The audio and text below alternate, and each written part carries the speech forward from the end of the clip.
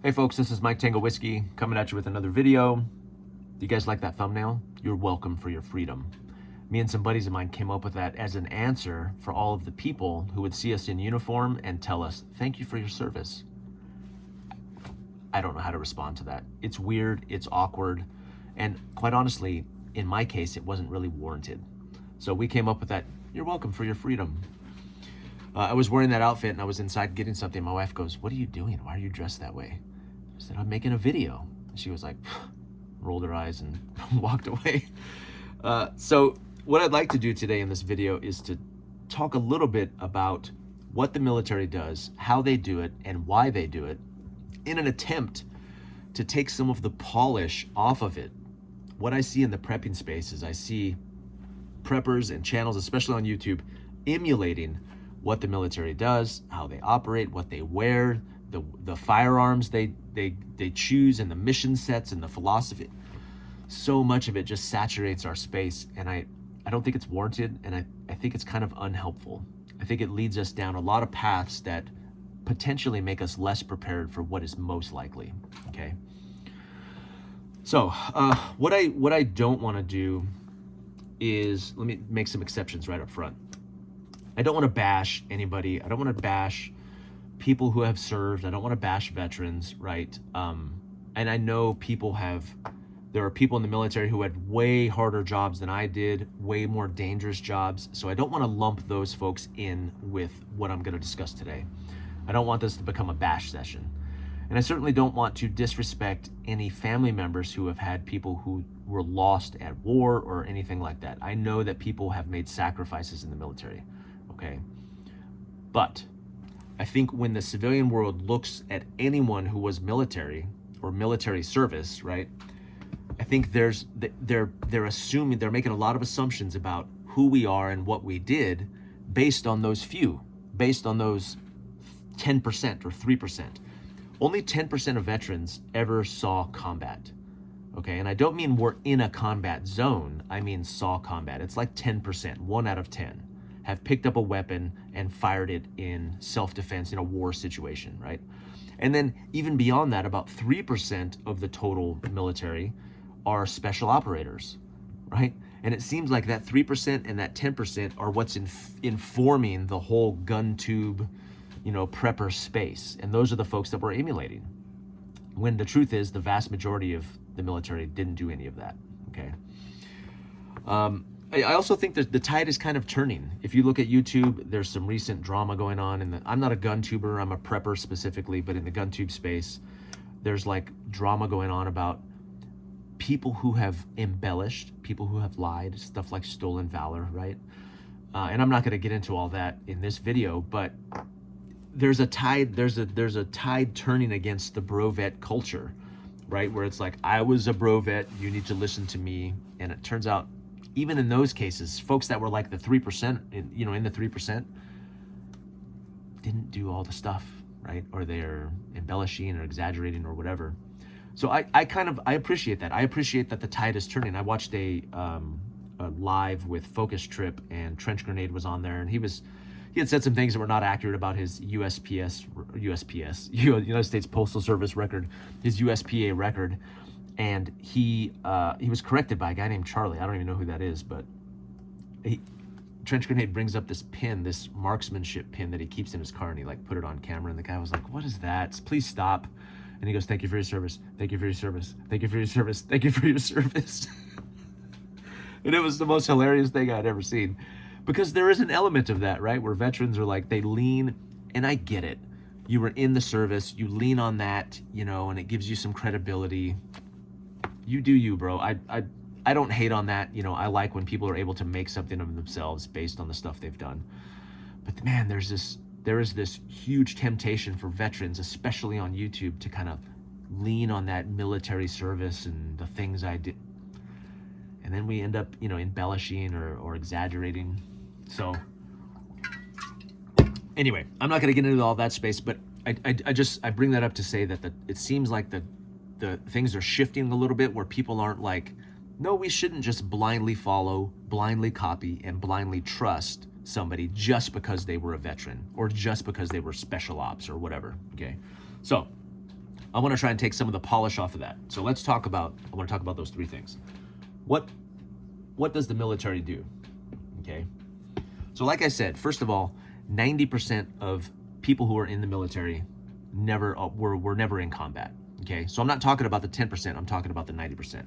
Most of us, specifically, especially in the Air Force, where the Air Force, we operate a base that is in support of people in the Air Force, especially, that number is probably much smaller. It's not 1 out of 10. It's probably much, much smaller. But I find this to be true of the Army too. Most people in the Army weren't infantry. Most people in the Army, most people in the Air Force, most people in the Coast Guard. In the Marines, there's probably more people who saw direct combat. I don't know those numbers, but I'll speak specifically for the Air Force, the chair force, right? That's what the other services called us.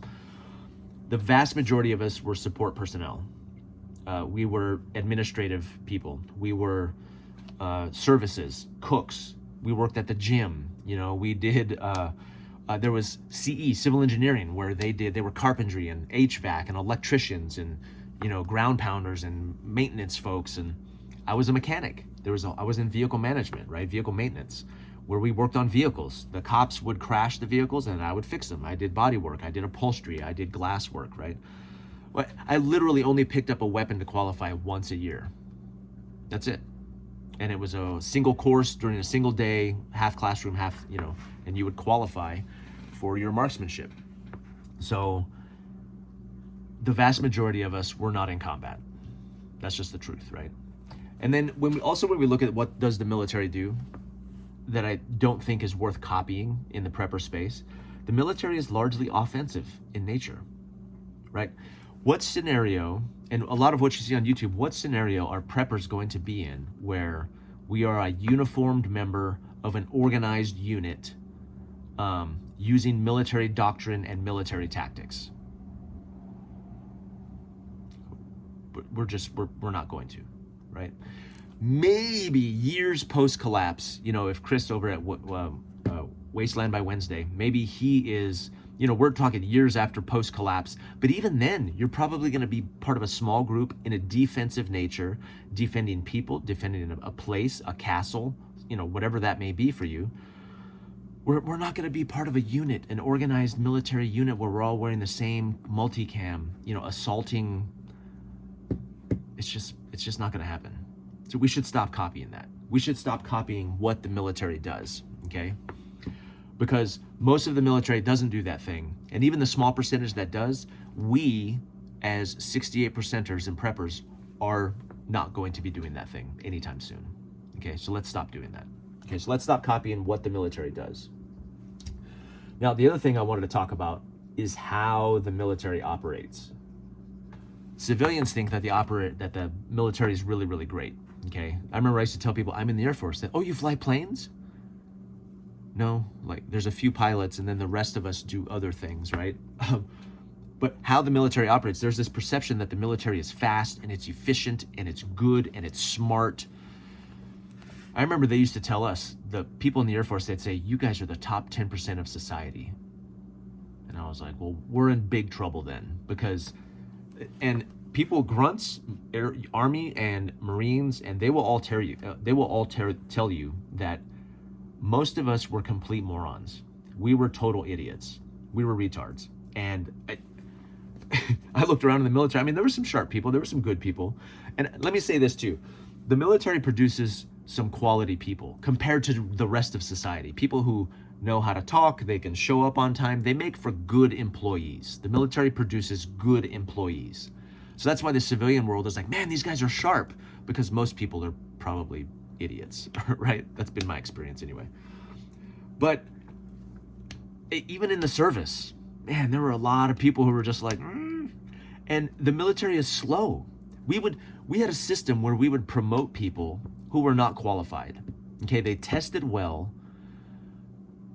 They were smart, book smart, but they had no experience, often had no common sense.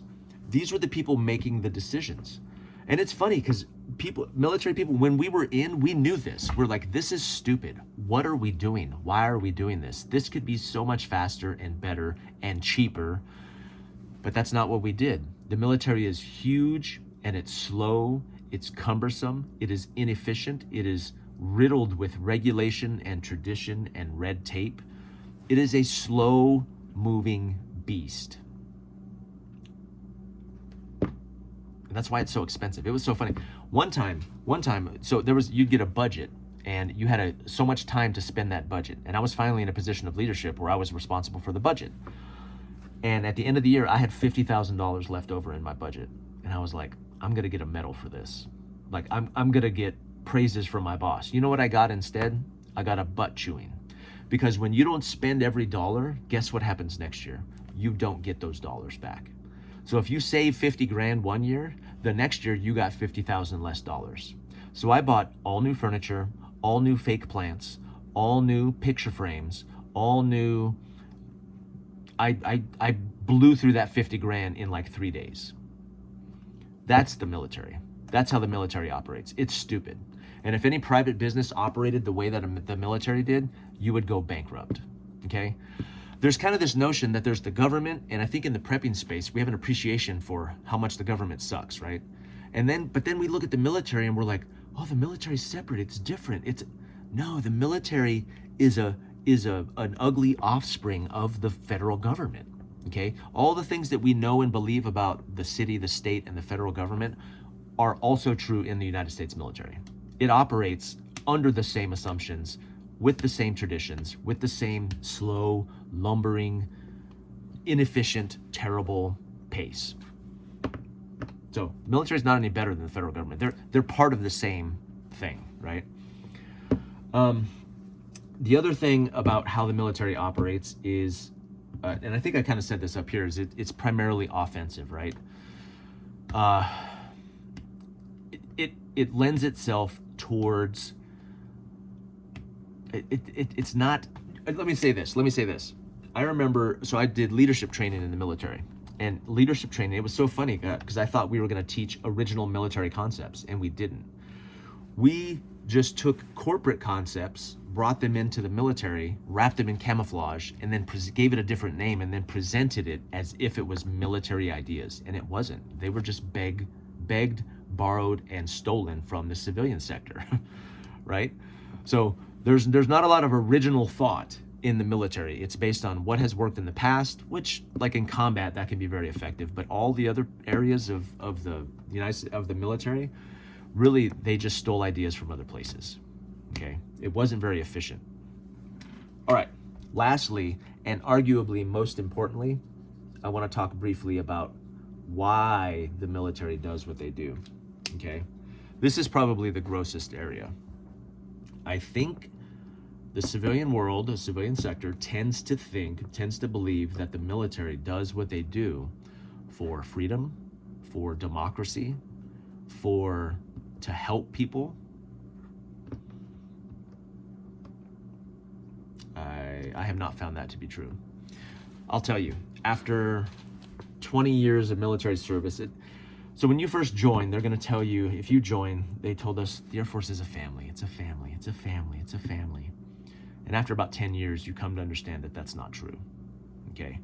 The military is a corporate machine that is made and built and operates to a profit margin. War is extremely profitable. Okay. And the military operates under the same auspices. Okay.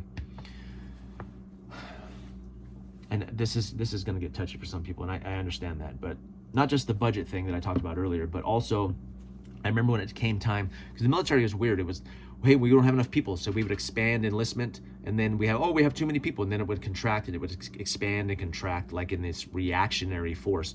And when we were contracting, we had to decide who to get rid of. And it was funny. So you would think that would be based on who's the best person to keep. Who are the best NCOs with the most knowledge, the most experience, and who have the best ratings?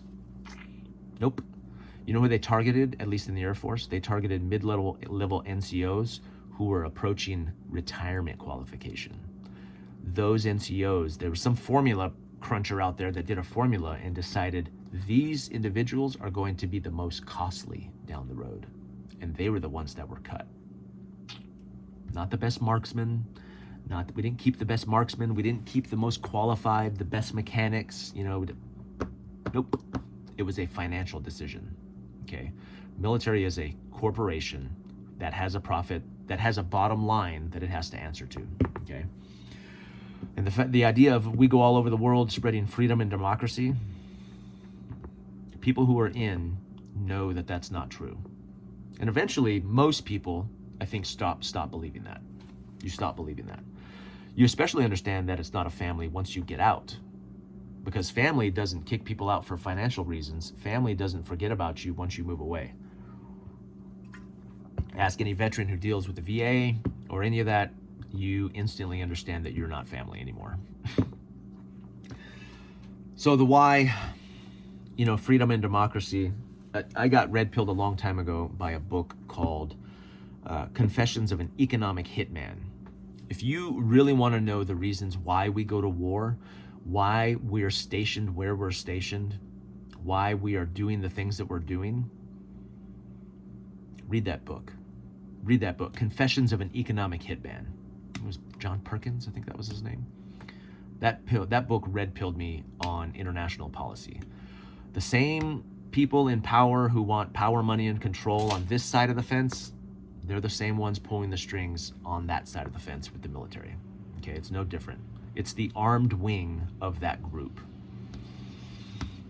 This gets dark, this gets ugly. I don't want to spend a lot of time talking about that because it might hurt some feelings, but the truth is we don't do the things, the military is not out there in the world doing the things that they're doing for the reasons that you think they are. Okay, and it doesn't take a lot of research to figure that out. War is extremely profitable.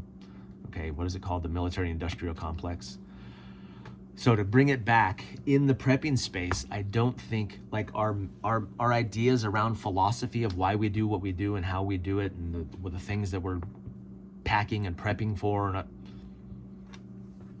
This is not what we should be doing. I feel like a lot of people out there need permission. So I'm a veteran. I'm only an Air Force veteran, right? But who was a mechanic of all things. I wasn't a combat dude or bro or anything. But I feel like some people need to hear this. As a veteran, I give you permission to stop emulating, to stop copying, to stop looking up to stop mimicking the United States military. Stop wearing their camo. Stop making your rifles look like their rifles. Stop using their acronyms, okay? Stop doing that stuff. Let's come up with our own ideas, our own philosophies around what we should be doing, how we should be doing it, and why we should be doing it. Because I think the answers to all of these things, the military answers, are not our answers. I think they're dramatically different. I'm hoping that this video sparks some original conversation and some original thought around this so we can start answering these questions for ourselves instead of just copying what the military has done, what we think they're gonna do, and how they operate. Anyway, if I don't stop now, I'll start rambling even more than I have already. And I wanna keep these videos under 20 minutes, so. I appreciate you all.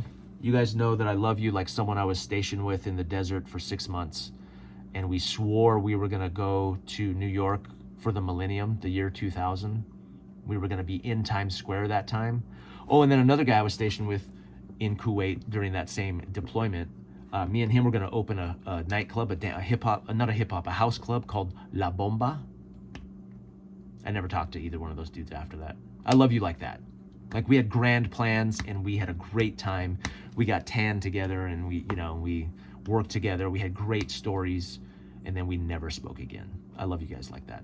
Anyway, this is Mike Tango Whiskey. I'm all clear.